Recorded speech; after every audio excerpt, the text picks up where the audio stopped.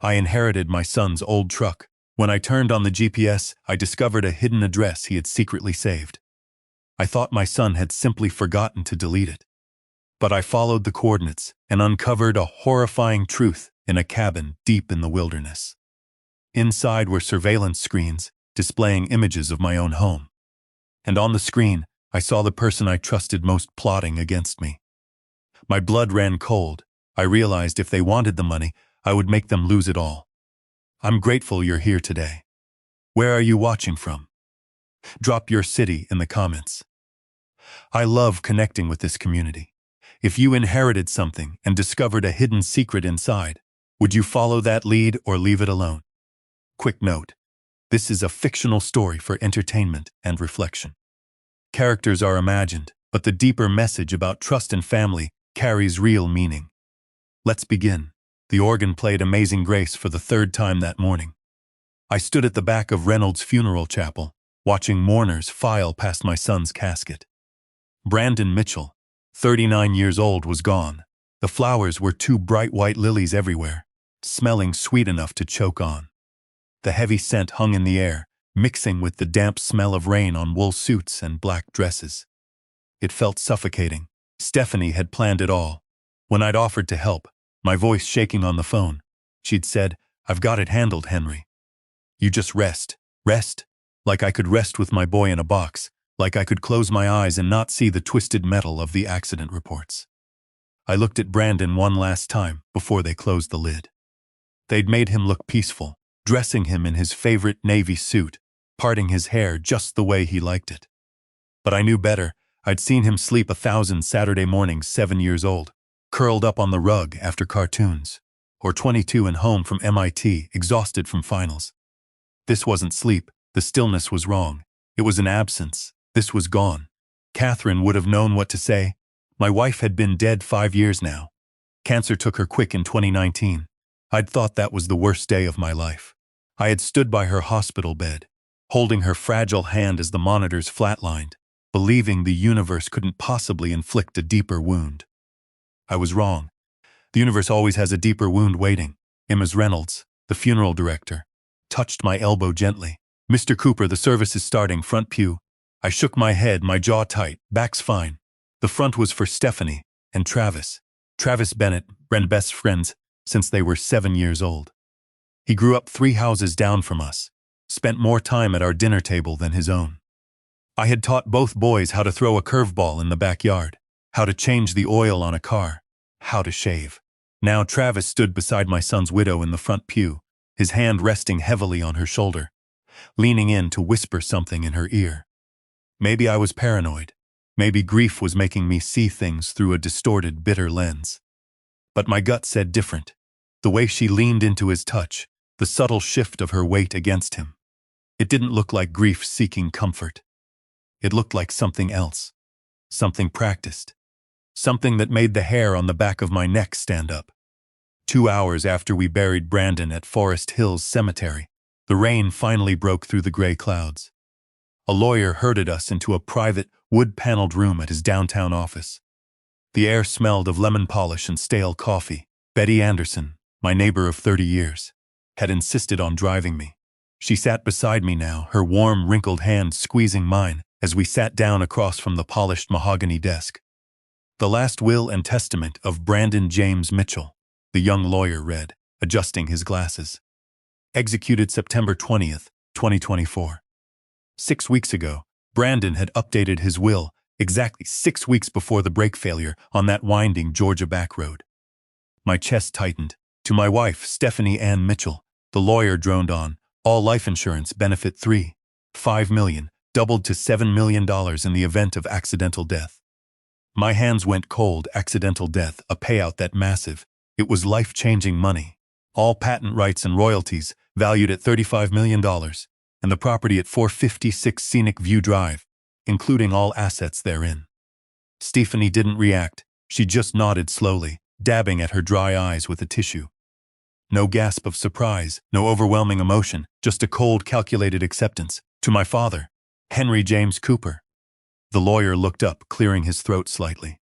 "I leave my 2016 Toyota Tacoma, currently parked at 3421 Dayton Boulevard. Silence, heavy, suffocating. Silence filled the room.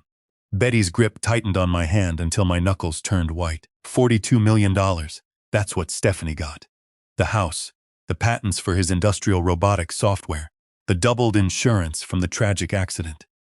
And me, a retired mechanic who had worked 40 years at the Volkswagen plant, who owned his house free and clear, who had adopted Brandon when he was 6 and raised him as my own blood.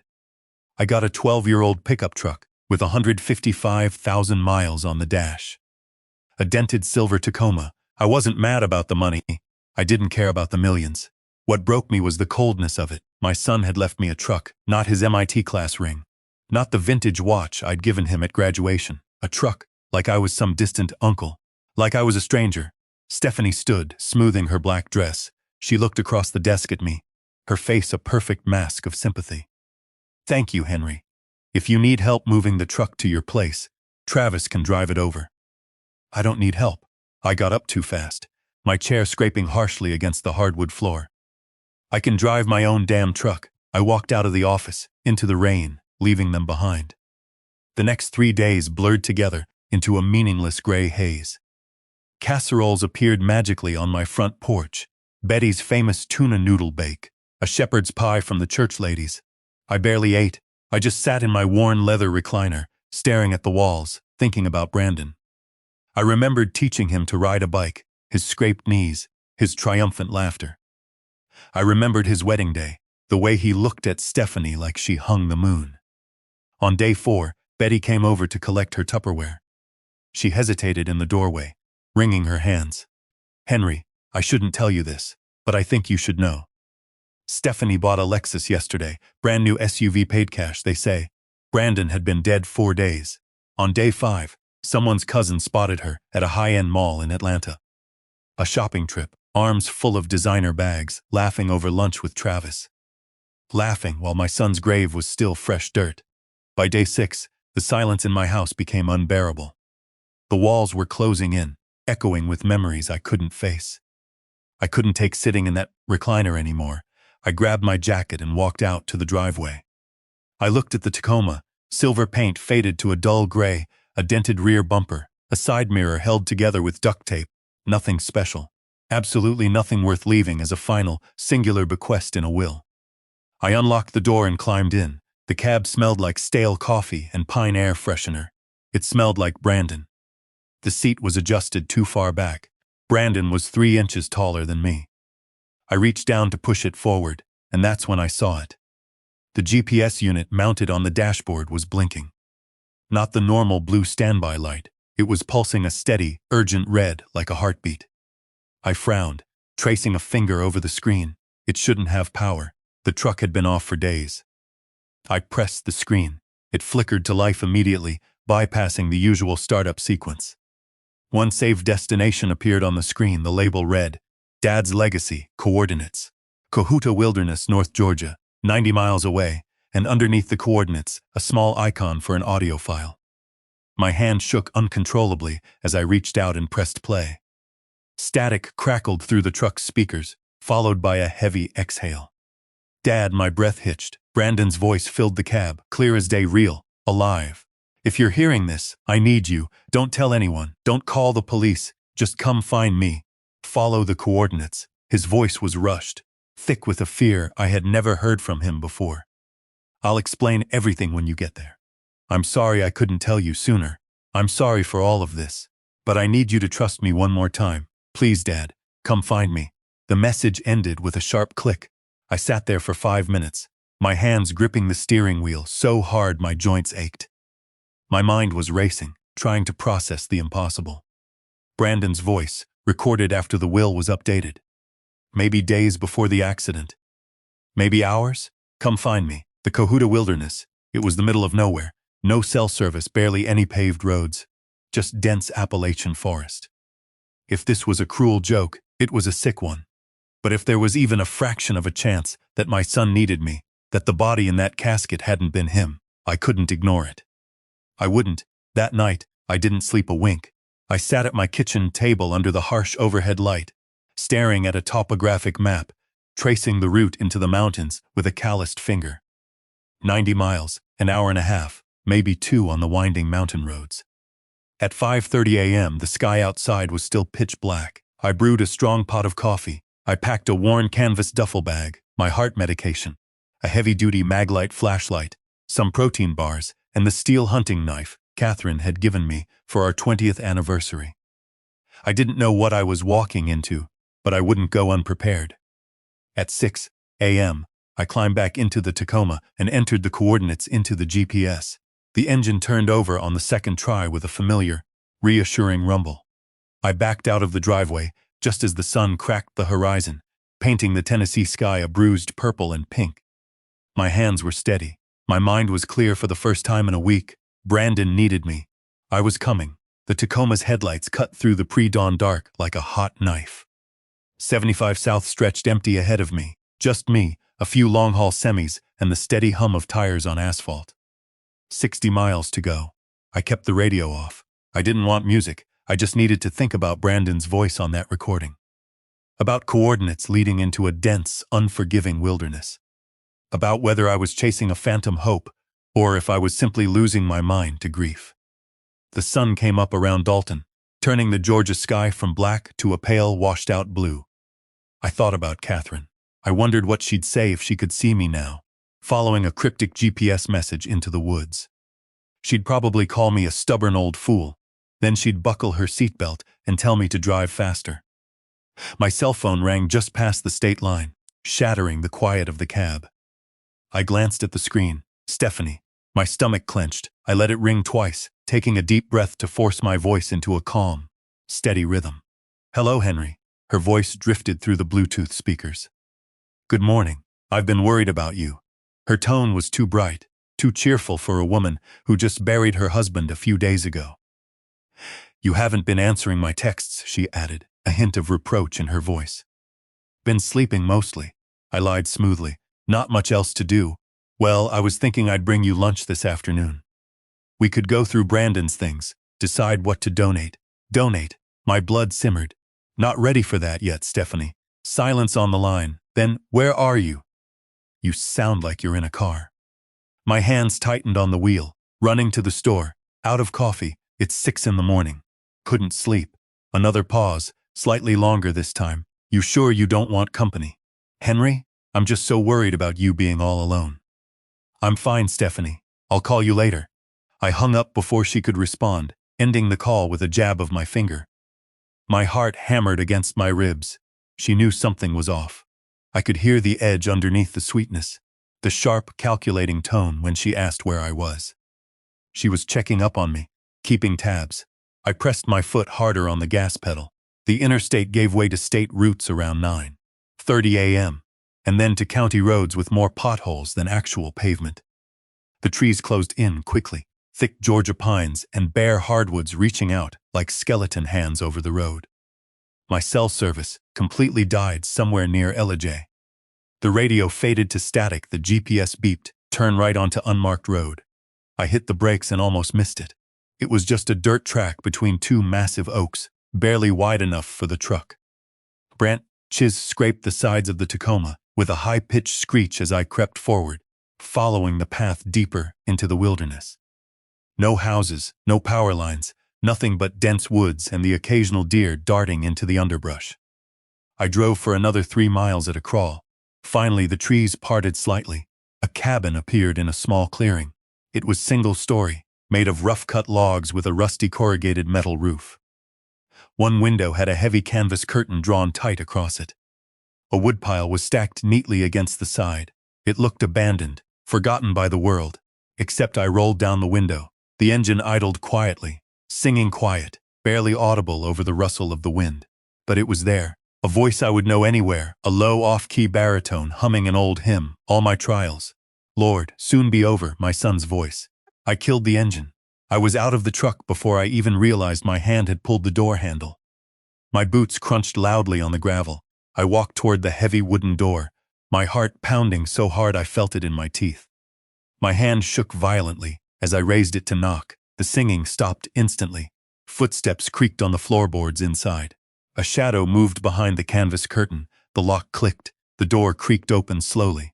Brandon stood there. He was thinner, his cheekbones sharp and hollow. He needed a shave badly, a rough scruff covering his jaw.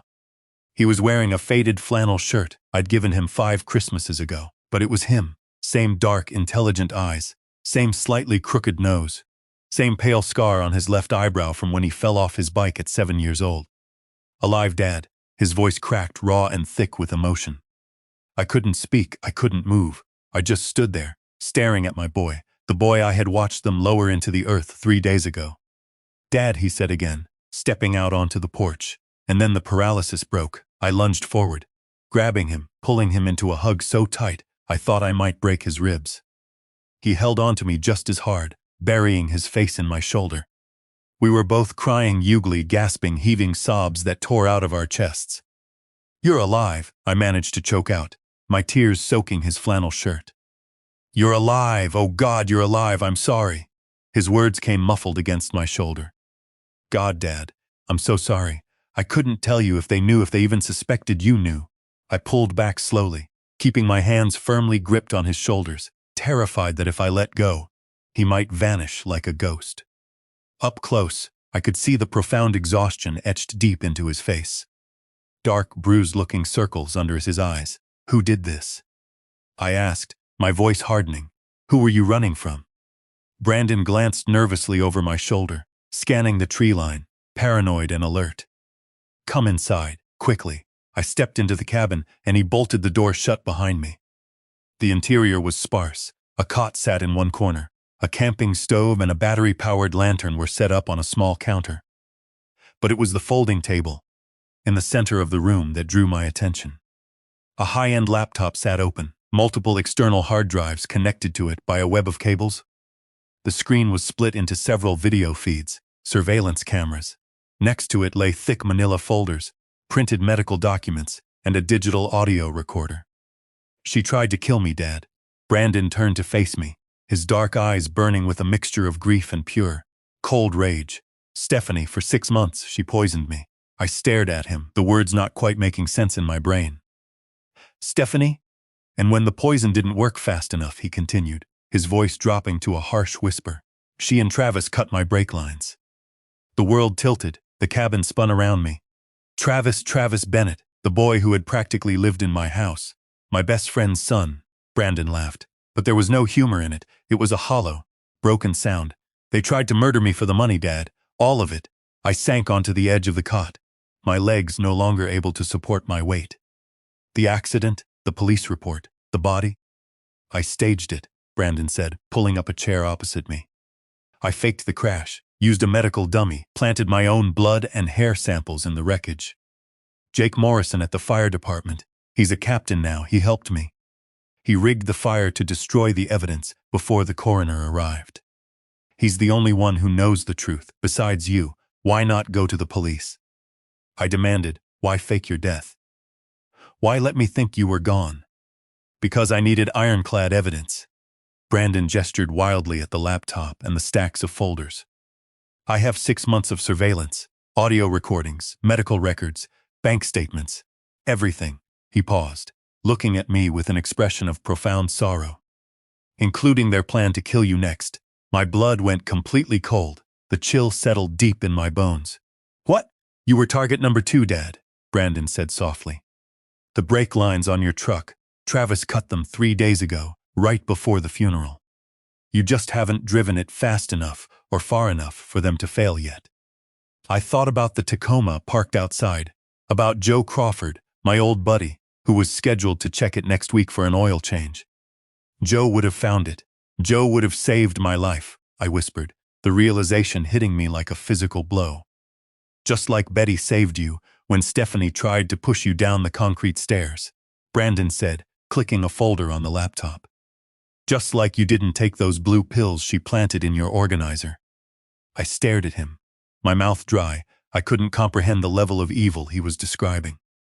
"I don't understand, Brandon." He knelt on the floor in front of me, taking my shaking hands in his. "The woman you welcomed into our family, Dad. The woman you loaned $15,000 to when her business was failing. She's been trying to kill us both for $42 million. He stood up, his jaw set in a hard, unforgiving line. "Come here. I need to show you everything." I followed him to the folding table on legs that didn't feel like mine. This wasn't just a betrayal. This was a war, and as I looked at the evidence scattered across the table, I knew one thing for certain. Stephanie and Travis had messed with the wrong family. The back room of the cabin was windowless, lit only by a harsh LED lantern hanging from a rusty nail. The walls were completely covered in printouts, timelines and photographs, interconnected with red string, like something out of a detective movie. It was the obsessive work of a man fighting for his life in the dark. A large corkboard dominated the center of the wall. On it were surveillance shots, Stephanie and Travis kissing in what looked like Brandon's own bedroom. Highlighted bank statements, printed text messages, medical lab reports detailing toxicology screens. In the center of the room, a single folding chair faced a laptop on a small wooden crate. "Sit down, Dad." Brandon's voice was gentle, in stark contrast to the grim surroundings. "What I'm about to show you, it's going to hurt more than anything else." I sat. My heart pounded so loudly in my ears it sounded like a drum. Brandon pulled up a video file, his finger hovering over the play button. "This is from February 14th. Valentine's Day." He looked at me, his eyes dark with residual pain. "Are you ready?" I wasn't, but I nodded anyway. He pressed play. The video was crisp, high definition. It showed the master bedroom of Brandon's house. The walls were painted a soft sage green. I remembered helping him paint them the weekend they moved in. The oak dresser we had restored together stood in the corner, and Catherine's vintage housewarming lamp sat on the nightstand. February 14th, 2:17. The bed wasn't empty. Stephanie lay there, her dark hair spread across the white pillows. But the man beside her wasn't my son. He had broader shoulders, a different build. When he turned his head to smile at her, the camera caught his profile clearly. Travis Bennett. My stomach dropped into a bottomless pit. They were laughing. Stephanie traced a manicured finger down his arm, a gesture so intimate it made me sick. Travis caught her hand, kissed it softly, and pulled her closer. The casual intimacy. That was what broke me. This wasn't a one-time mistake. This was routine. This was comfortable. 8 months, Brandon said from behind me, his voice devoid of emotion. Probably longer. I installed the cameras in August, when I first started getting sick. But the affair. It started at least back in February. Travis Bennett, the boy you taught to throw a curveball. The boy who was the best man at my wedding. The man who stood beside my casket yesterday, looking devastated. All of it a lie. Every smile, every handshake, every comforting word. "There's more, Dad." Brandon closed the folder and opened another one. This part is harder. A new video filled the screen. The kitchen. Brandon's beautiful, bright kitchen with the blue tile backsplash. The expensive espresso machine I'd bought them last Christmas sat on the counter. The timestamp reads 7:04 a.m. October 3rd. On the screen, Brandon walked into the frame, his hair wet from a shower. He looked terrible pale, exhausted, leaning heavily on the counter as he poured a cup of coffee. He turned to the fridge, his back to the camera. Stephanie entered the kitchen in her silk robe. She smiled warmly, said something that the camera didn't pick up clearly, and Brandon kissed her cheek. While his back was turned, Stephanie reached into the pocket of her robe. She pulled out a small, clear plastic bag filled with a fine white powder. She glanced quickly at Brandon's back, then swiftly, with practiced ease, tapped the powder into his coffee mug. Maybe half a teaspoon. She stirred it with a spoon, tucked the bag away, and leaned against the counter, smiling. Brandon returned, picked up the mug, took a long drink, kissed her forehead, and walked out of the frame, heading to work. Stephanie waited until the sound of the garage door closing echoed through the house. Then, her smile dropped. She pulled out her phone and started texting, her expression cold and entirely detached. The video ended. "Arsenic," Brandon said. The word hung in the damp air of the cabin like a death sentence. Every morning for 6 months, he pulled up a medical document on the screen. Patient, Brandon Mitchell. Date, July 15th, 2024. Blood arsenic level, normal range, 0 of 3 milligrams L, 26 times higher than normal. Brandon read the numbers off the screen, though I knew he had them memorized. Enough to cause severe hair loss, chronic fatigue, constant nausea, and eventually, Total organ failure. Enough to kill me slowly, making it look like a tragic, undiagnosable illness. His jaw tightened, a muscle ticking in his cheek. But she got impatient. I thought about those agonizing months. Brandon looking progressively worse at our Sunday family dinners. Stephanie hovering over him, asking if he felt okay, playing the role of the devoted, worried wife to perfection. When you got tested and saw those results, why didn't you confront her? I asked, my voice barely a rasp. If she knew that I knew, she would have either run, taking half of everything I own, or she would have sped up the process and just shot me in my sleep. Brandon said matter-of-factly. So, I acted normal. I stopped drinking the coffee, poured it down the sink when she wasn't looking. I pretended to stay sick, and I started documenting everything. He clicked on an audio file. September 28th. Recorded via a hidden mic in her Lexus. He pressed play. Stephanie's voice came through the speakers, sharp and irritated.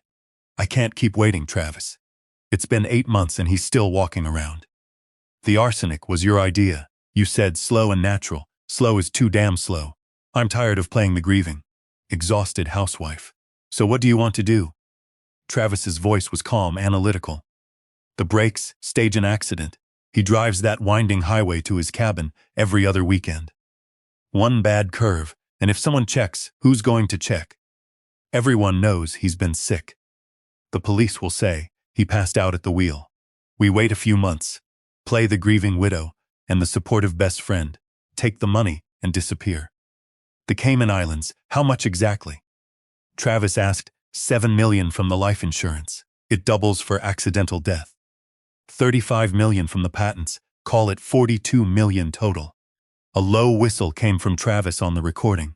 And then, the words that would haunt me for the rest of my life. What about his dad? Travis asked. The patents, Stephanie said smoothly. If something happens to Brandon, the patents revert to Henry. Then Henry has an accident too. Old man falls down the stairs, slips in the shower. Who's going to question it? The audio clicked off. I sat there, completely numb. I had just heard my own name discussed as a minor obstacle. A mere stepping stone on their path to $42 million. She was going to kill me. The woman who called me dad was plotting to murder me. That's why I disappeared, Brandon said, pulling up another video. I couldn't let that happen. October 12th.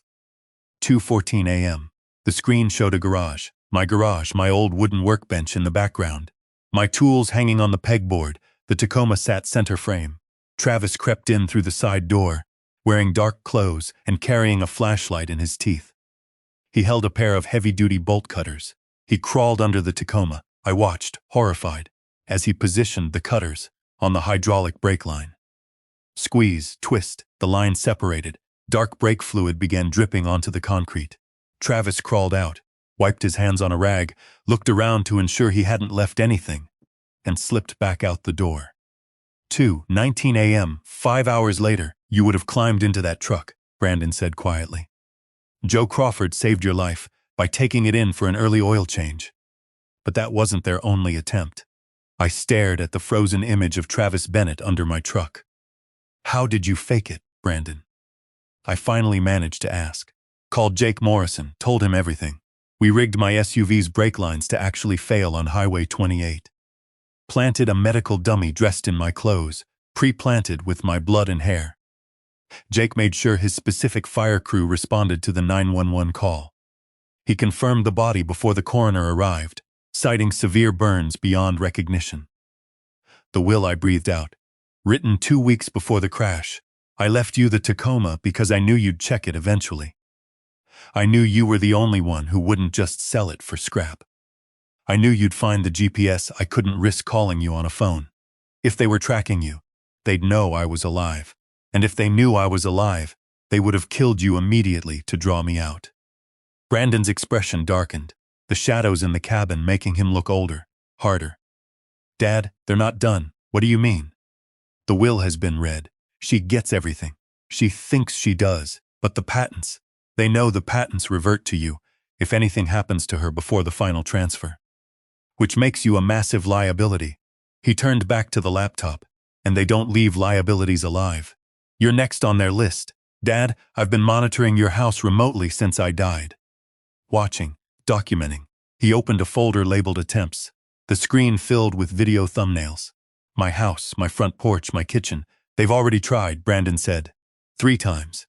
The room tilted again. 3. Sit down, he ordered gently, though I was already sitting. He pulled up the first video, my front porch, October 17th. 6:47 p.m. I watched myself walking to the front door, my arms full of heavy grocery bags. I looked tired. My shoulders slumped. Stephanie appeared from the side of the house, stepping up onto the porch behind me. She glanced up and down the empty street, her face an unreadable mask. Then, she positioned herself directly behind me at the top of the concrete stairs. 12 steep, jagged concrete steps. 3 steps from the top, she moved. It wasn't a violent shove. It was subtler, calculated. Her hip bumped my shoulder hard, just enough to completely throw my center of gravity off balance. The grocery bag slipped from my grasp. I lurched sideways, my arms flailing, teetering on the edge of a fatal fall. At 65, a fall down concrete steps meant a fractured skull, a brain bleed, a broken neck. It meant death. But then, Betty Anderson's hand shot out from off-screen. She grabbed my forearm with surprising strength, yanking me back onto the solid porch. "Henry, good Lord, you almost went down." Betty's voice rang out on the recording. Stephanie's face flashed with pure, unadulterated annoyance for a fraction of a second before melting perfectly into wide-eyed concern. "Oh my God, are you okay? These steps are so dangerous." "I'm fine, just clumsy," I heard myself say. "Not clumsy," Betty had said, glaring at Stephanie. "You bumped him." The video ended. I was shaking. I remembered that day. I thought I had just tripped over my own feet.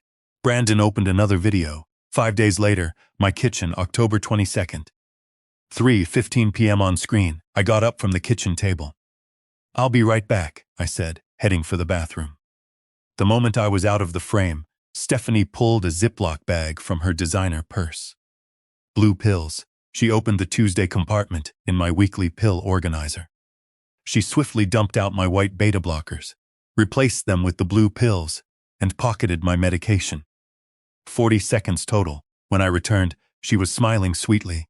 "Your coffee is getting cold." "Henry, Ambien," Brandon said, his voice thick with disgust. 20 milligrams sleeping pills.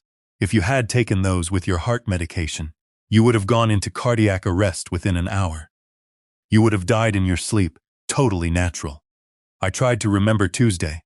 I had met Joe for early coffee that morning and completely forgot my pills. I skipped them that night. Pure dumb luck. "Betty saved you on the stairs," Brandon said, closing the laptop. "Luck saved you from the pills, and Joe Crawford found the brake lines. But luck runs out." Yet I stared at my son, this brilliant, analytical boy who had faked his own death to stay alive, who had been hiding in a cold, damp cabin for weeks, watching killers hunt us both through a computer screen. "So what do we do?" My voice was a harsh rasp. Brandon met my eyes, the hesitation gone. "We end this. Over the next 3 days in the cabin, Brandon and I formulated a plan. It wasn't enough to just show the police the videos. Brandon was meticulous. He knew that clever lawyers could argue deepfakes, unauthorized surveillance, or emotional distress. We needed an airtight, undeniable confession. We needed to catch them in the act of executing their conspiracy. And for that, we needed the police on our side from the start. On day 9 of my disappearance to the cabin, Brandon pulled out a burner phone. "We need law enforcement, but someone clean, someone with a spotless record, no ties to the local precinct that Travis's dad used to play golf with." He dialed a number, Detective Linda Foster, Chattanooga PD, Homicide Division, 15 years on the force. Sharp, by the book, and relentless. The phone rang 3 times. Detective Foster, a crisp female voice, answered. "Detective, my name is Brandon Mitchell. I need to meet with you about a murder conspiracy. Today in person alone." Silence echoed on the line for a full 10 seconds. "Brandon Mitchell, the software engineer who died in a car fire 2 weeks ago." "I'm alive," Brandon said evenly. "And I have irrefutable evidence of 3 attempted murders, massive financial fraud, and a conspiracy. But if you bring backup, the targets will disappear. I'll send you coordinates. Come alone." Detective Linda Foster arrived at the cabin exactly 2 hours later. She was in her mid-40s, wearing a sharp blazer over a plain t-shirt, her eyes sweeping the tree line before she even knocked. She stepped inside, her hand resting casually near her holstered weapon. She looked at Brandon, then at the wall of evidence. "You're supposed to be dead, I was. For 2 weeks," Brandon said. "Now I need to stay alive long enough to put my wife and her lover in prison. Let me show you what I have." For 2 straight hours, Detective Foster said almost nothing. She sat in the folding chair, watching the videos, the affair, the arsenic in the coffee, Travis under my truck with the bolt cutters, the audio recordings of their murder plots. She reviewed the medical files, the forged conservatorship documents, and the bank statements. When Brandon played the September 28th recording, Stephanie and Travis explicitly discussing killing me, Foster's jaw finally tightened. "Tennessee is a one-party consent state for audio recordings," Brandon reminded her. "It's fully admissible." Foster turned to me, her eyes softening just a fraction. "Mr. Cooper, you are the target of 3 active murder attempts. If we arrest them today, right now, they will lawyer up immediately. With their financial resources, they might muddy the waters. We might lose the opportunity to gather the final piece of evidence we need to lock them away forever." "What do you propose, Detective?" I asked. "A controlled confrontation," Foster said, standing up and pacing the small room. "You return home, act completely normal. You lure them into revealing themselves one final time, with full police monitoring. We get them to incriminate themselves on tape, in real time, responding to new evidence. It's riskier, but it makes the case absolutely airtight." "When?" Brandon asked. Day 14. Foster looked at a calendar on the wall. 3 days before the patent transfer deadline. They'll be desperate. They'll be looking for a window. She laid out the plan.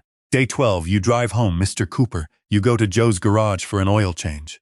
He'll find the cut brake line, act shocked, ask him to document it, take photos, but tell him not to report it yet. Say you need 2 days to figure out who did it." I nodded. "Joe would trust me." Day 13. Foster continued. Evening. You call Stephanie. Tell her you found something of Brandon's.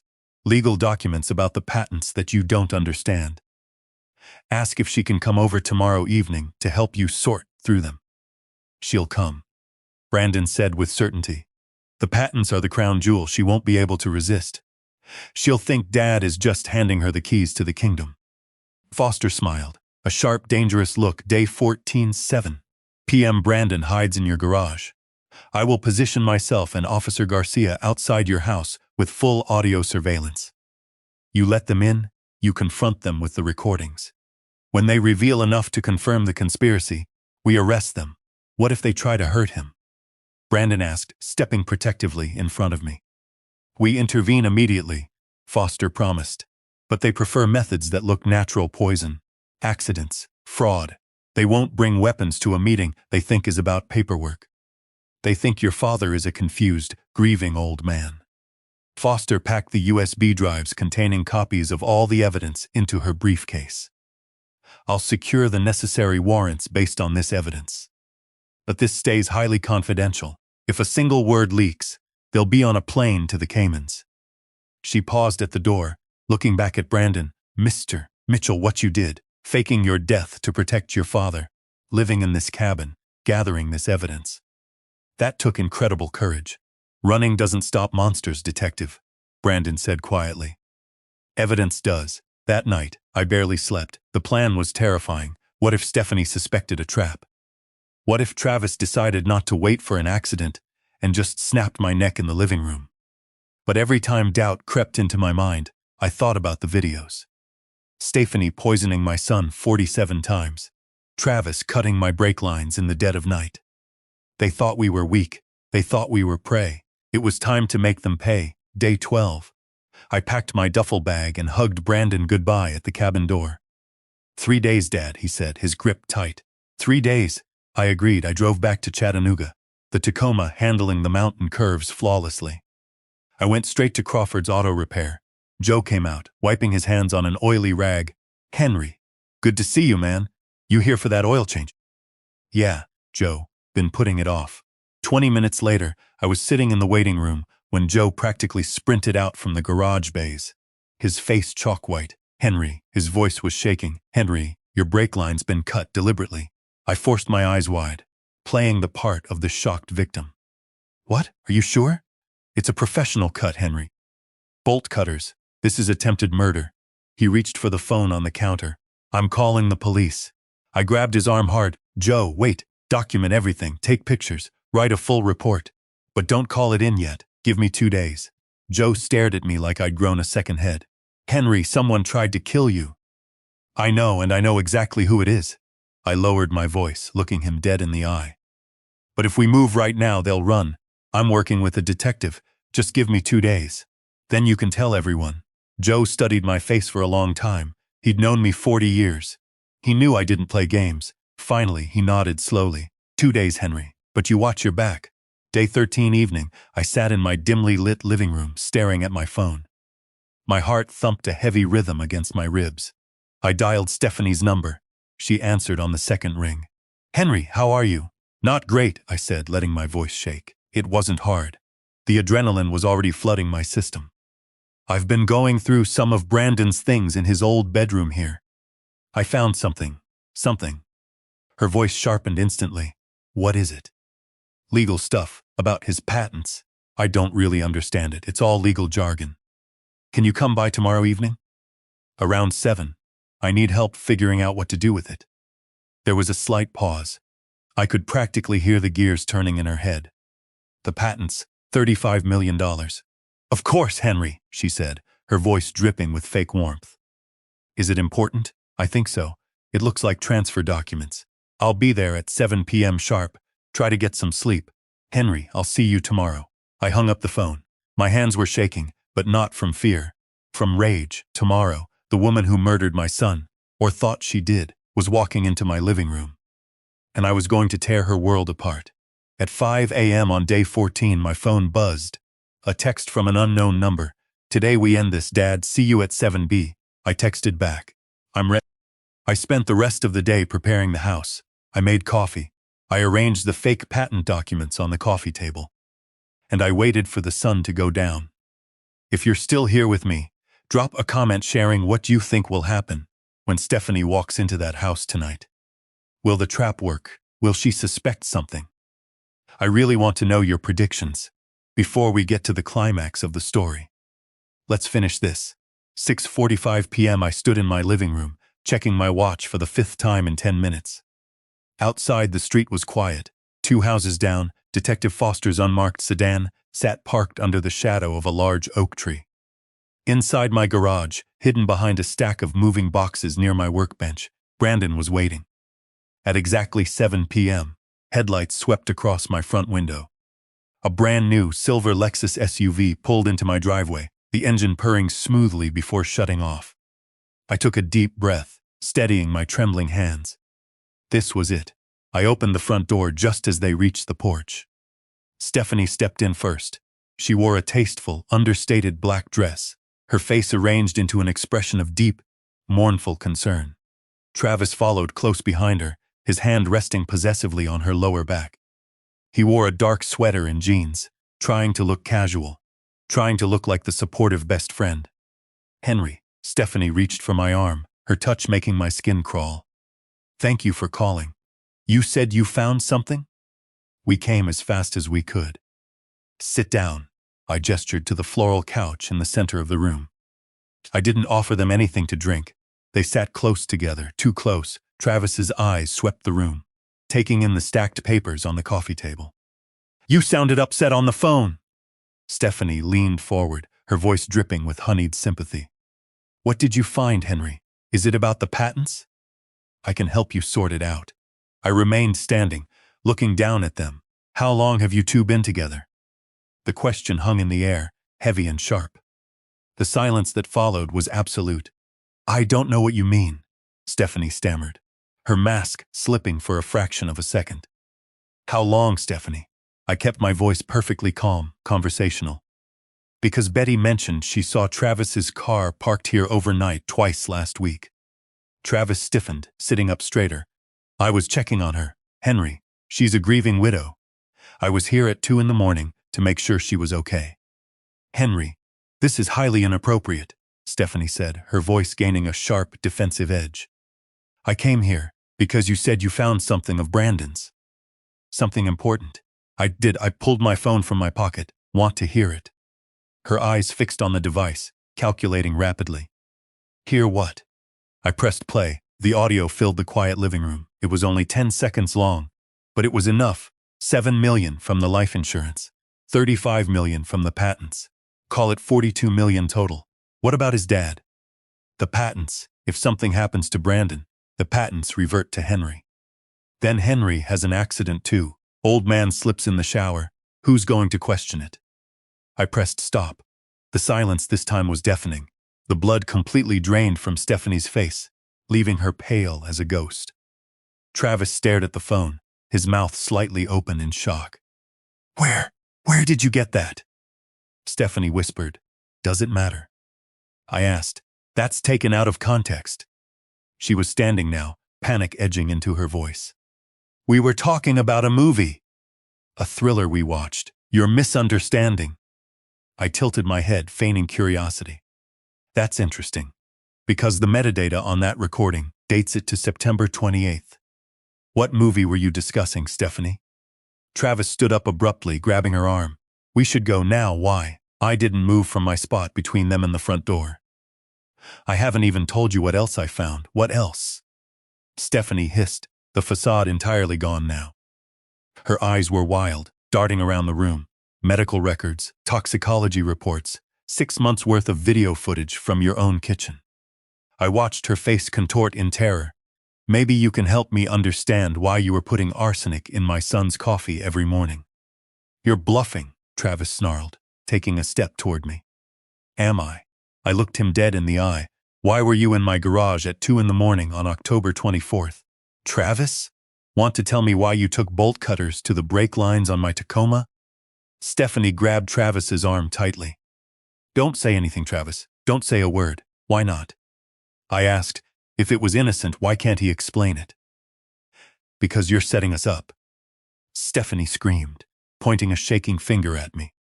You're recording this right now, aren't you? You senile old fool, you're trying to trap us. You're right, I said quietly. I am trapping you, just like you trapped Brandon. Travis lunged forward, shoving me hard in the chest. Move, old man, we're leaving. You're not going anywhere. The voice didn't come from me. It came from the hallway leading to the garage. The door swung open. Brandon stepped into the living room. Stephanie's scream was raw, primal. It sounded like an animal caught in a trap. She stumbled backward, hitting the edge of the coffee table and collapsing onto the couch. No. Her voice broke, her eyes wide with absolute horror. No, you're dead. You burned in the crash. I saw the report. Hello, Stephanie, Brandon said. His voice was pure ice, surprised to see me. Travis was frozen, staring at his best friend as if he were a hallucination. The body. The coroner confirmed it. They confirmed what I wanted them to confirm. Brandon stepped closer, dominating the room. While you two were planning my father's murder, I was watching. Every phone call, every text, every time you slipped into his house to plant Ambien in his pill organizer. Every time Travis climbed under Dad's truck in the middle of the night.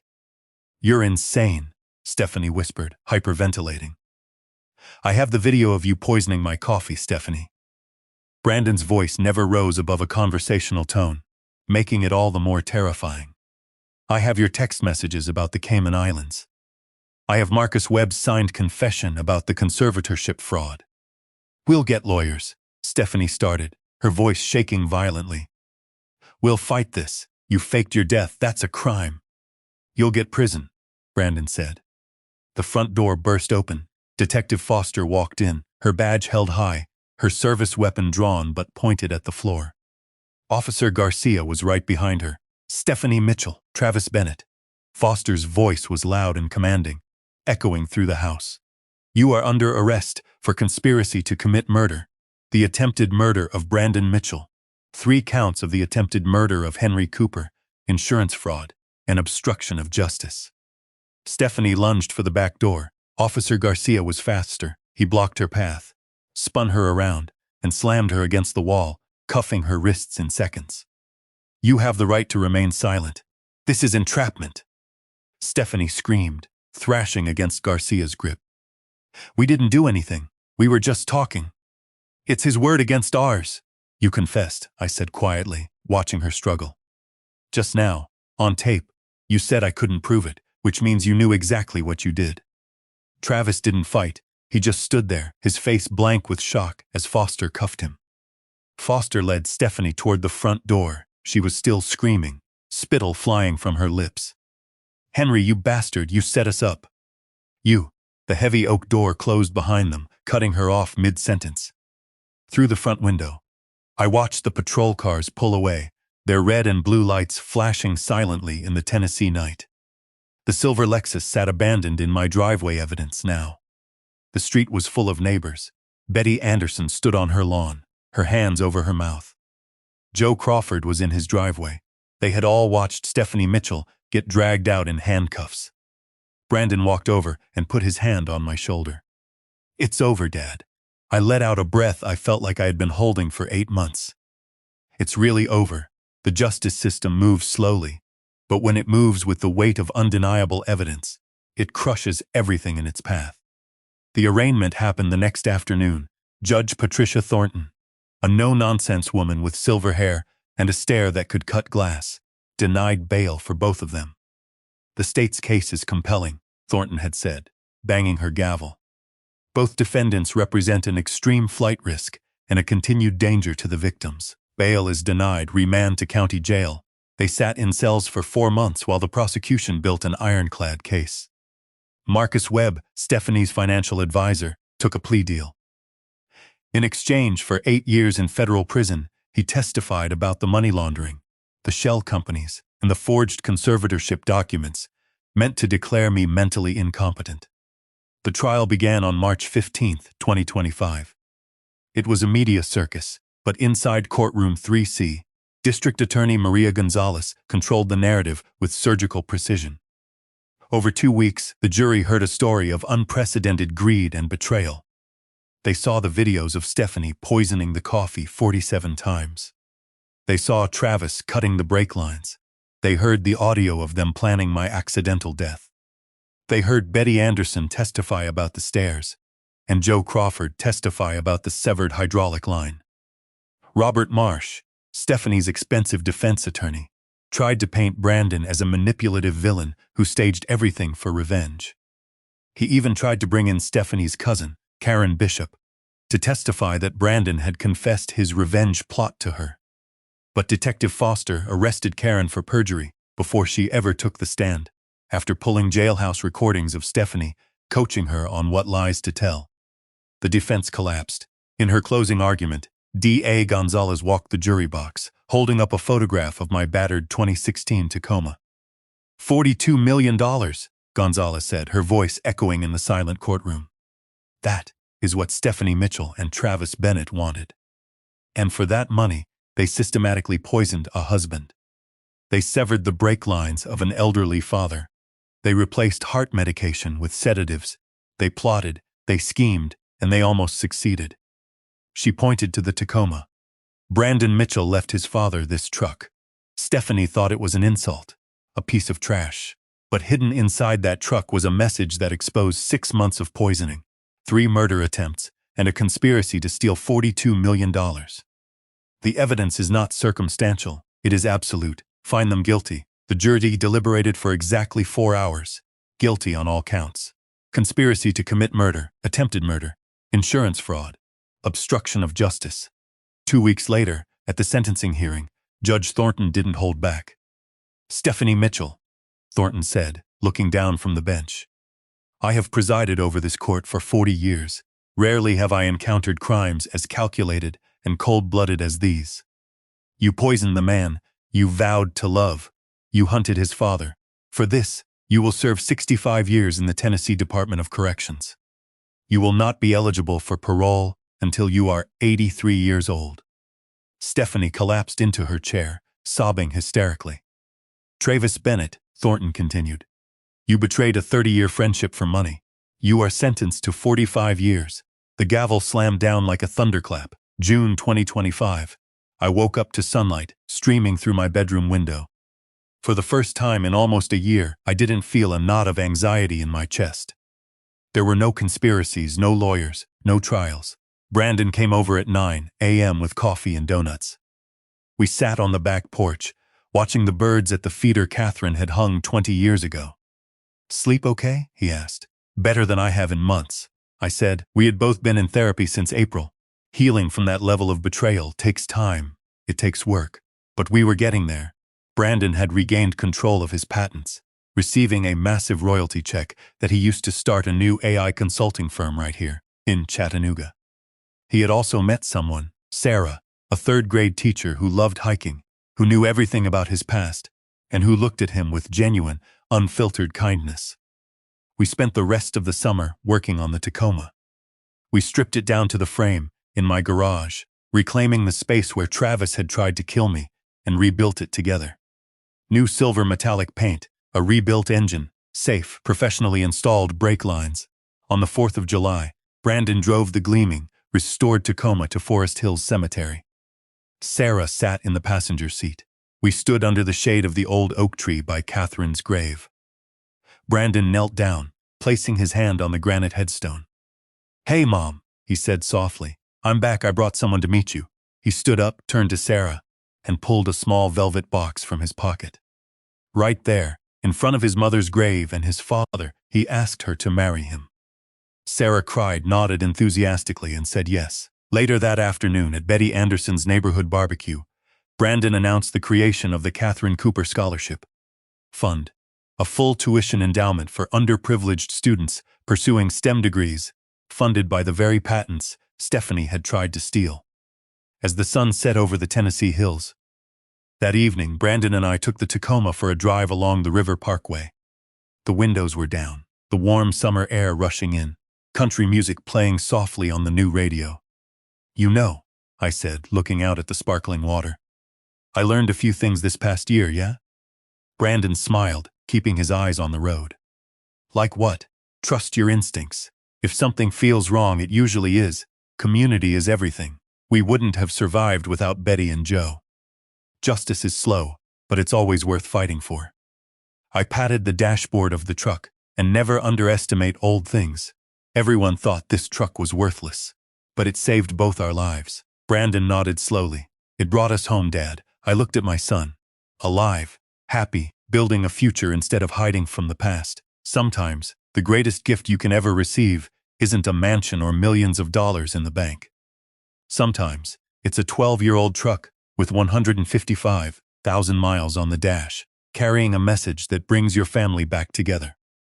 The past was finally behind us, and as the Tacoma carried us down the highway, I knew the future was going to be just fine.